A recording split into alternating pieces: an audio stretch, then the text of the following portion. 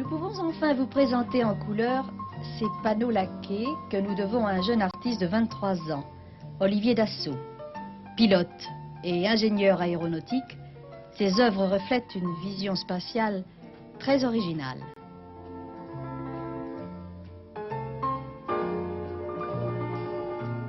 Chers amis, nous allons réveillonner avec 48 heures d'avance. Hein, oui. Pourquoi pas, hein. C'est une très bonne chose. Et puis nous allons nous séparer jusqu'à l'année prochaine. Car vous savez que nous avons rendez-vous l'année prochaine, le lundi après-midi à 6h moins le quart pour une nouvelle émission qui ressemblera comme une sœur à celle-ci et qui s'appellera le Club du lundi. Alors Gilles Bergal, vous avez un client aujourd'hui à interviewer? Oui, Bernard Gavotti. Eh bien, allez donc le retrouver si vous voulez bien. D'accord. Merci, cher Gilles Bergal. Et vous, Claude Pasteur? Et moi pour le théâtre de l'Européen. Théâtre de l'Européen. Et aussi, je crois, vous aussi. Et oui, bien Vous sûr. êtes mis à deux pour l'Européen. Nous sommes mis à deux, mais c'est une très grande opération. Gérard Marceau, vous avez beaucoup de monde. Beaucoup de monde, et oui. Vous je avez serai- vu son je micro, serai là, avec Jean-Charles que tout le monde connaît très bien, évidemment, Jean-Charles. Et puis avec de jolis mannequins de couture aussi, de haute couture, au bar. Et Jean-Charles, Alors, vous avez un problème très grave. Hein. Très grave. Savoir si l'année sera bonne. Oui. Qui va vous le dire, c'est Monsieur Dieudonné peut-être. Le Mais mage. il sait tout cet homme. Mais elle sera bonne de toute façon, puisque nous avons commencé avec une chanson. Oui. Hein.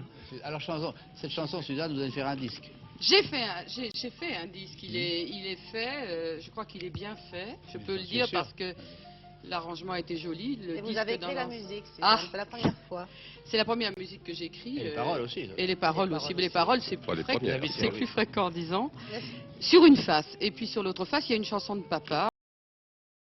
Cette chanson, c'est consacré aux vieux comédiens Non, c'est une chanson qui est consacrée aux enfin, comiques, oui, non, plus comiques, exactement, qui sont partis. qui nous ont quittés trop tôt. Qui nous ont quittés presque tous ensemble, et j'ai pensé que c'était plus gentil peut-être et plus réconfortant de penser que au lieu de parvenir, ils étaient allés faire rire ailleurs. Cette Voilà. chanson, c'est tout Suzanne, la Suzanne tendre, la Suzanne des amis. Eh bien, cette chanson tendre, Suzanne, vous allez nous la chanter aujourd'hui. D'accord. Pas d'interview, une chanson de Suzanne. Les comiques. Des comiques.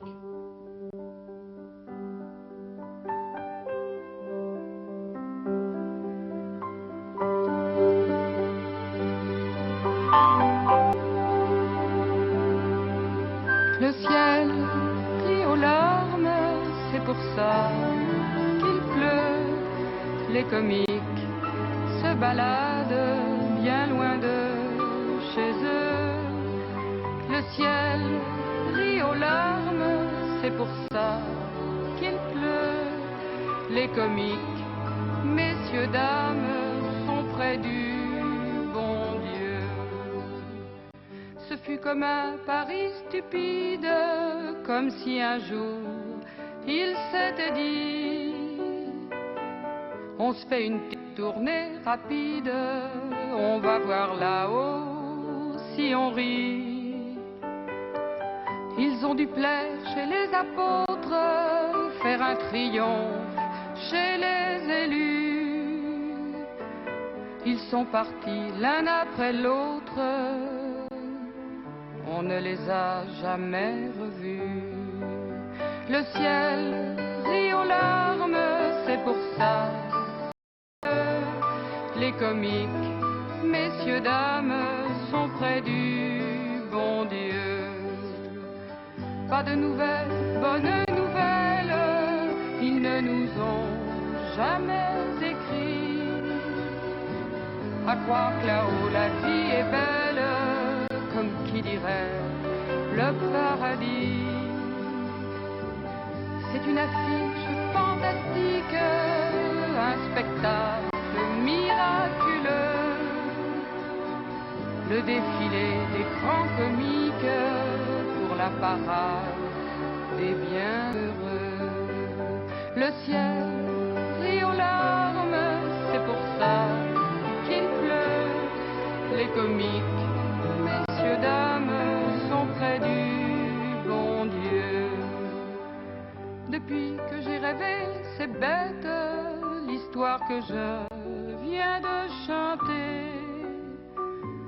J'attends la pluie comme une fête, j'attends la pluie pour écouter l'accent du midi, de Montmartre, de Normandie ou de Clermont, l'accent tonique des rires qui claquent avec la pluie, ils reviendront. Le ciel rit aux larmes, c'est pour ça qu'il pleut. Les comiques se baladent bien loin de chez eux. Le ciel rit aux larmes, c'est pour ça qu'il pleut. Les comiques, messieurs, dames, sont près du bon Dieu.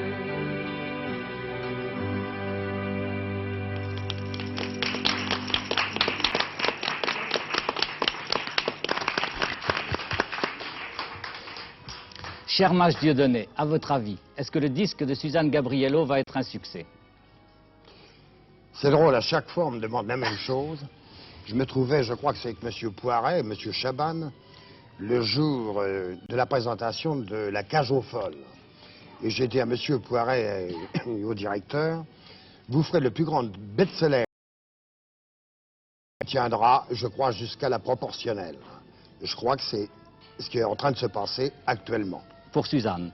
Pour Alors, Suzanne, excellent. Excellent. Et je lui ai dit d'ailleurs il y a 2 jours au téléphone. Bon, alors bravo, ça c'est déjà réglé. Alors vous avez quand même fait un tas de prédictions qui se sont réalisées. La cage aux folles, l'élection du général de Gaulle, l'élection de M. Pompidou.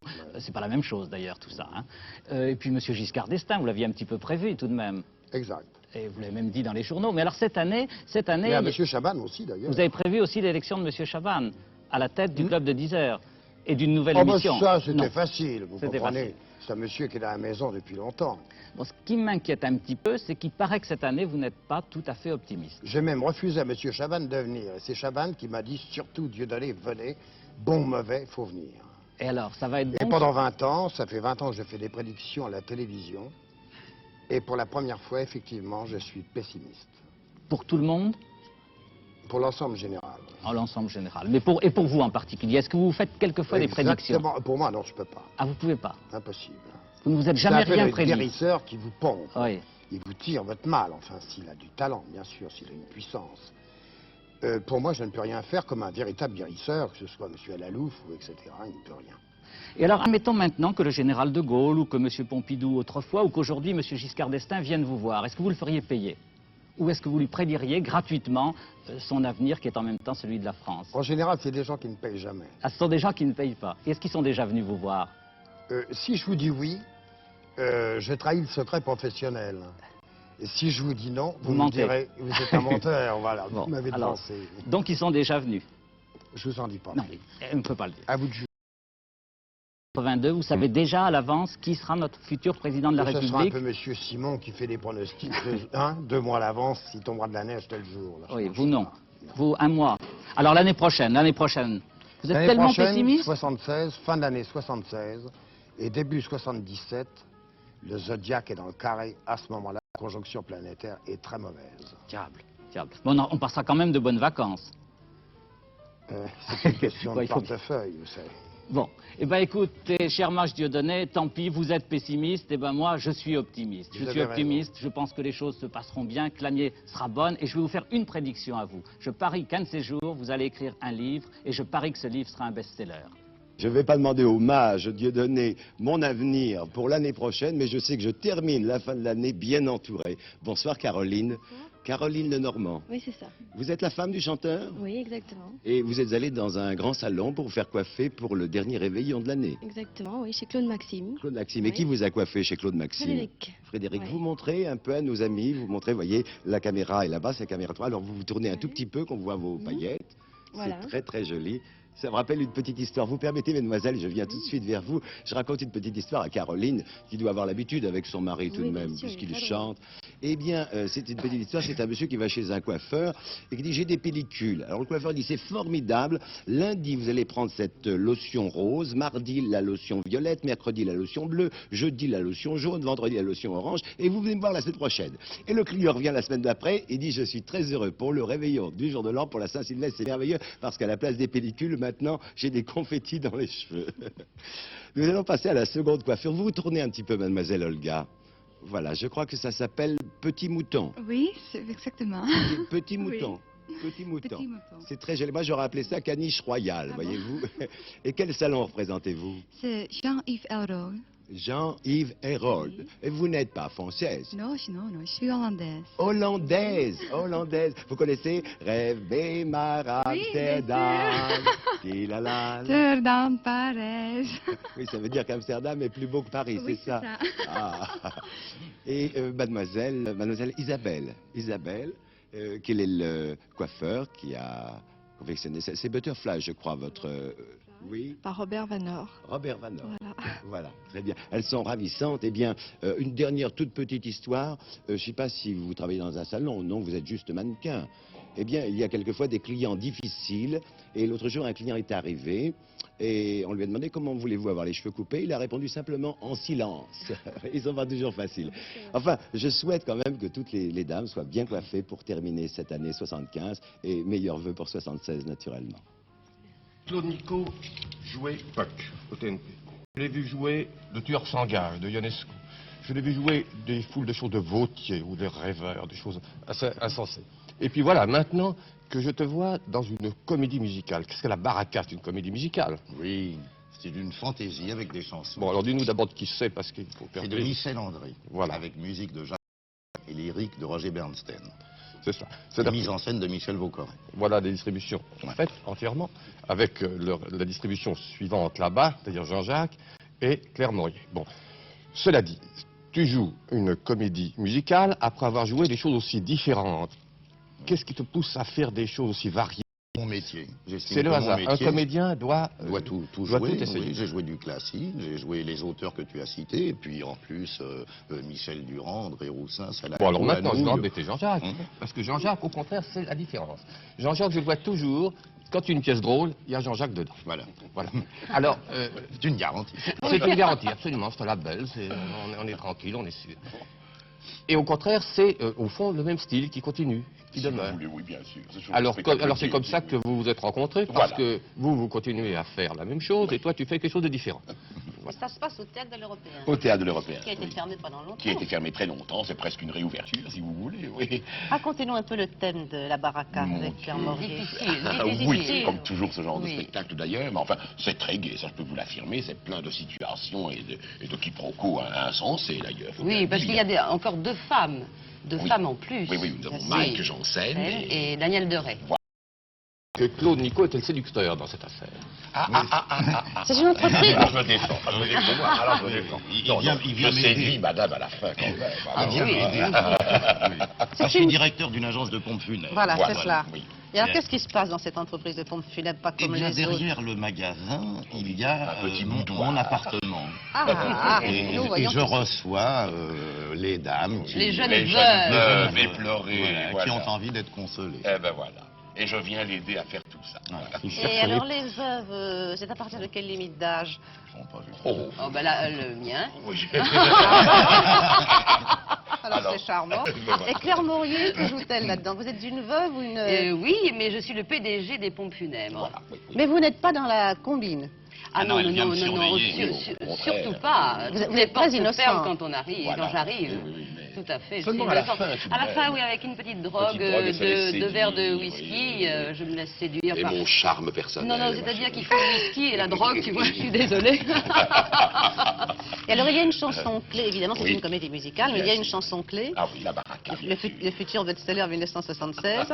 Bon, alors si on l'écoutait, cette Baraka. Si vous voulez, avec plaisir.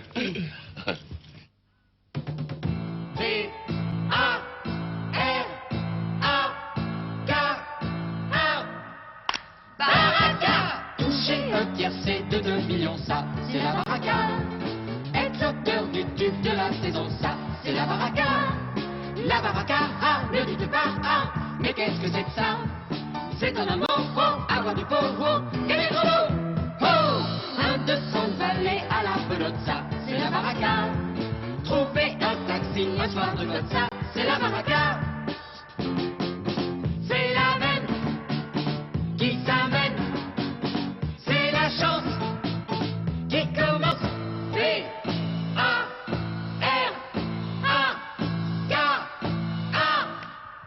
Baraka. Trouver du pétrole dans son jardin, ça, c'est la Baraka. Faire sauter la banque cachant les pains, ça, c'est la Baraka.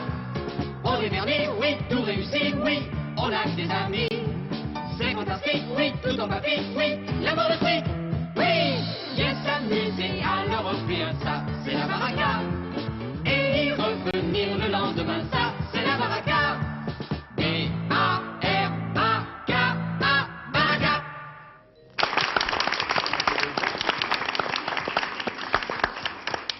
Eh bien, Bernard Gavotti, vous avez voulu que nous finissions l'année dans l'harmonie. Ce n'est pas étonnant de quelqu'un qui est critique musical bien connu, mais aussi organiste de Saint-Louis des Invalides et chansonnier du pape. Au fait, qu'est-ce que c'est être chansonnier du pape? Oh, c'est un ordre de vignerons auquel j'appartiens, à Avignon. Nous sommes viticulteurs de père en fils depuis 500 ou 600 ans dans le Var. Donc on m'a conféré cette dignité, je l'ai acceptée. Parce que vos ancêtres étaient chansons Non, ils n'étaient pas chansons, ils étaient vignerons. Et c'est un ordre de vignerons. Depuis les papes d'Avignon? Oh oui. Donc votre livre s'intitule Mystère de la musique. Il faut dire que c'est un très bel ouvrage. Il fait immédiatement penser aux cadeaux d'Étrenne, aux cadeaux aux Étrennes, aux livres d'Étrenne plus exactement. Et ce livre au fond comporte deux aspects. Une partie historique et critique, et puis aussi celle qui est beaucoup plus importante, c'est celle qui concerne les musiciens eux-mêmes. Au fond, ce sont les mystères des musiciens. Oui, bien entendu. N'est-ce pas? Je n'ai pas élucidé tous les mystères qui se posent à propos des musiciens, qu'il s'agisse de savoir si Paganini était réellement ou non le fils du diable. Enfin, Goethe l'a cru, et ce n'était pas le premier venu. De savoir comment Mozart est mort, s'il est mort empoisonné par Salieri, je ne pense pas, quoique tout était contre Salieri. De savoir si Beethoven a ou non aimé 28 ou 37 dames dans la vie, peut-être n'en a-t-il au fond aimé aucune, sinon la Guicciardi à qui il a dédié la sonate au clair de lune. Bon, mais enfin, évidemment, ce sont les questions qu'on a envie de vous poser. Au vu alors j'y réponds. Vous y répondez, oui, mais alors justement, comment y répondez-vous? Eh bien, j'y réponds avec pas mal de documentation, je l'espère, avec beaucoup d'illustrations et en intéressant autant que possible le lecteur au caractère même du musicien, n'est-ce pas? Savoir comment Schumann, bien que fou, a pu composer, comment Beethoven et Fauré, sourds, ont réussi à nous léguer des chefs-d'œuvre. Tout ça était intéressant, oui. Ce sont des questions que je me suis posées. Certaines, j'ai pu les élucider complètement, comme le cas de Rossini, dont on s'est demandé pourquoi il avait cessé de composer alors qu'il avait eu jusqu'à 37 ans tant de succès. Avec 38 opéras. Oui, là j'ai pu me procurer une correspondance inédite et qui m'a démontré que Rossini était en même temps un homme plein de santé morale, mais en même temps un très grand neurasthénique. Alors, certains de ces mystères, je les ai élucidés, d'autres, ce sont des miracles. Les enfants prodiges, ce sont des miracles. Bien, expliquez-nous ce miracle, alors.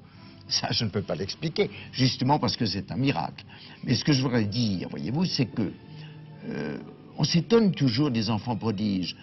La vérité, c'est que tous les enfants prodiges ne deviennent pas des hommes de génie, mais que beaucoup d'hommes de génie ont été des enfants prodiges. Et qu'en réalité, le phénomène de l'enfant prodige est plus constant qu'on ne saurait l'imaginer. Ce n'est pas tellement une exception, c'est une manière d'être. Pour Roberto Benzi. Oui, qui conduisait à 9 et 10 ans, et quant à Saint-Saëns, qui dame le pion à Mozart quant à la précocité, puisqu'à 30 mois, il savait ses notes, qu'il a appris en 1 mois la méthode Le Carpentier, qu'à 3 ans, il commençait à jouer du piano, et qu'à 4 ans, il a composé des petits morceaux qu'on lui a offerts le jour où il est entré à l'Institut. Il les a regardés, il a dit, évidemment, c'est très puéril, mais je dois reconnaître qu'il n'y a pas là une seule faute d'harmonie. Eh bien, donc, vous voyez, Bernard Gavotti, que vous expliquez très bien les miracles. Et en plus, pour les expliquer, je crois que vous allez voir les médecins, et il me semble aussi que vous êtes allé voir Madame Soleil. Il y a une note dans votre livre qui indique que vous l'avez consultée. J'ai vu Madame Soleil plusieurs fois, elle m'a dit des choses stupéfiantes à propos de la mort de Bizet, qui est mort à 37 ans, au moment même où sur la scène de l'opéra comique, l'interprète de Carmen, Galli-Marié, se tirait les cartes au 3e acte et voyait non pas sa mort, mais la mort de Bizet, ce qui fait qu'elle a poussé un cri et qu'on a baissé le rideau.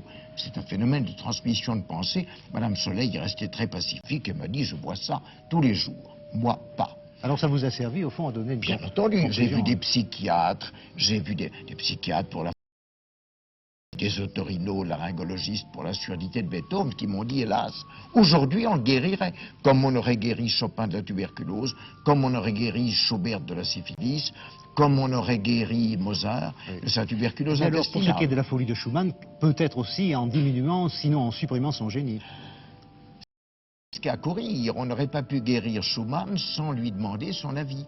Et il est très possible qu'on ait effleuré, qu'on ait touché, qu'on ait abîmé son génie, qu'on l'ait compromis. C'est dommage que vous n'ayez pas pensé à voir l'hommage de Dieudonné, justement. Bien sûr, mais il est trop tard. Oui, alors je faisais allusion à la partie historique et critique, et malheureusement, on ne peut pas en parler sérieusement parce qu'on n'a pas le temps.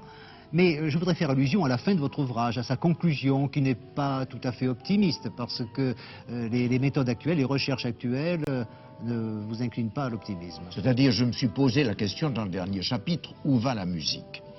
Et je crois sincèrement que depuis 30 ans, nous sommes dans le creux de la vague. Mais je pense aussi, voyez-vous... Mais quel était le dernier sommet de la vague? On est guère, pour moi.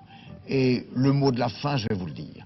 C'est Vincent d'Indy, dont j'ai été l'élève, l'année de sa mort en 1931, je ne vais pas porter bonheur, qui l'a dit en ma présence à un journaliste qui lui disait « Où va la musique ?» Et il a répondu, et ça, il n'y a rien à ajouter, « La musique ira où le prochain musicien de génie voudra qu'elle aille. » Il ne nous reste plus qu'à attendre le prochain.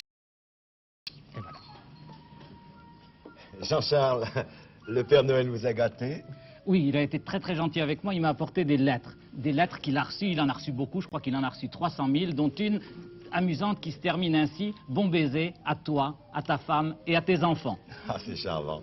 J'en ai Noël. Chez ma grand-mère, je veux un train électrique, et chez mes parents, c'est pas la peine, ils ont déjà acheté quelque chose. Et puis alors moi j'en ai une autre, cher Père Noël, je voudrais bien un petit frère dont le papa serait pâtissier. Ah ben c'est malin ça. Donc vous y croyez vraiment au Père Noël? Je crois à tout. Moi je crois au Père Noël, je crois au mât, je crois à Madame Soleil, je crois à tout. Et je crois surtout à l'humour des enfants, en particulier cette petite Périgourdine qui disait un jour « Tu sais maman, j'ai une camarade d'école qui m'a dit que le Père Noël n'existait pas. » Eh ben moi j'y crois au Père Noël parce qu'enfin, maman, réfléchis. Est-ce que tu te vois, toi et papa, montant sur le toit et descendant par la cheminée pour m'apporter mes jouets? Et moi aussi j'y crois au Père Noël. Moi je suis de l'avis de ce petit garçon qui expliquait « Maman dit toujours qu'elle n'a pas un sou. Alors comment pourrait-elle faire pour acheter des jouets ?» Ça c'est vrai, c'est une bonne raison. Et puis l'avantage du Père Noël, c'est que les enfants ont été très sages ces dernières semaines. Ah oui, attention, Jean-Philippe, si tu n'es pas sage, le Père Noël ne t'apportera pas de jouets. Oui, enfin ça on a dit ça à un petit garçon qui a répondu « Oh mais le Père Noël est intelligent, il sait très bien qu'on ne peut pas tout le temps obéir. » Oui, il est intelligent, le Père Noël, mais il se trompe quelquefois. C'est vrai? Ah oui. Il y a une petite fille qui avait commandé une poupée blonde, elle en a reçu une brune. Alors la maman lui a dit, tu n'es pas trop déçue? Ou elle dit, tu sais maman, je m'efforcerai de faire mon devoir. Ah, c'est très beau ça. Et ça me rappelle un petit garçon à qui on disait, est-ce que tu as commandé une petite sœur pour Noël? Et qui a dit, ah non, des jouets, je veux pas des choses utiles. Ah oui. D'ailleurs, il y a beaucoup de bébés qui naissent à Noël. Et à commencer par le plus célèbre, Jésus. Oui, et moi je connaissais un petit garçon qui avait eu une sœur à Noël, et quelques mois après, il a dit à sa maman, écoute maman, si ça ne te fatiguait pas, cette fois-ci, je voudrais bien un petit cheval. C'est charmant. Au début de l'année 1975, nous avons accueilli au club de 10 heures un jeune qui s'appelle Guy Bonardo. Il faisait des débuts prometteurs, ô combien, puisque maintenant, sa photo est partout. Combien de disques cette année? J'ai fait 3 disques cette année. 3 disques avec des chansons de votre composition, non? J'ai repris les adaptations de Paul Anka. Là, je viens de sortir un disque où il y a des adaptations encore, d'ailleurs. Oui. Et là, je vous demande tout ça parce que, en réalité, je le sais, puisque vous êtes devenu cette année une vedette déjà consacrée. Non, c'est pas gentil, c'est vrai. Vous allez où maintenant? Là, je pars d'ailleurs dans quelques jours, la première semaine de janvier, enregistrer un disque aux États-Unis avec Johnny Hallyday. S'il vous plaît, eh bien dites donc. Bon ben je vous souhaite une année 76 encore plus fructueuse que l'année 75 et je nous souhaite à nous tous beaucoup de vos chansons.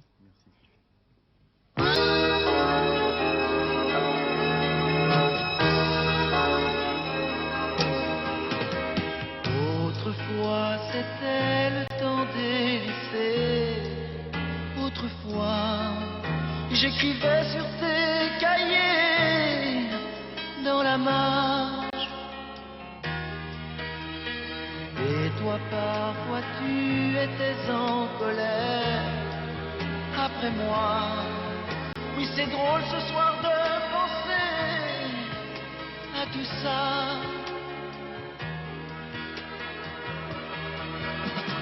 Juste un signe, fais-moi donc un signe, laisse-moi te parler de toi.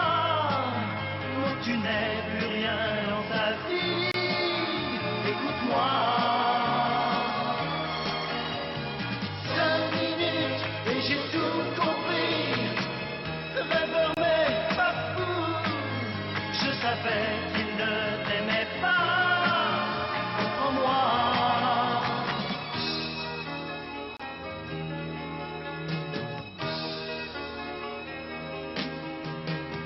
Tout le monde a dans sa vie un chagrin.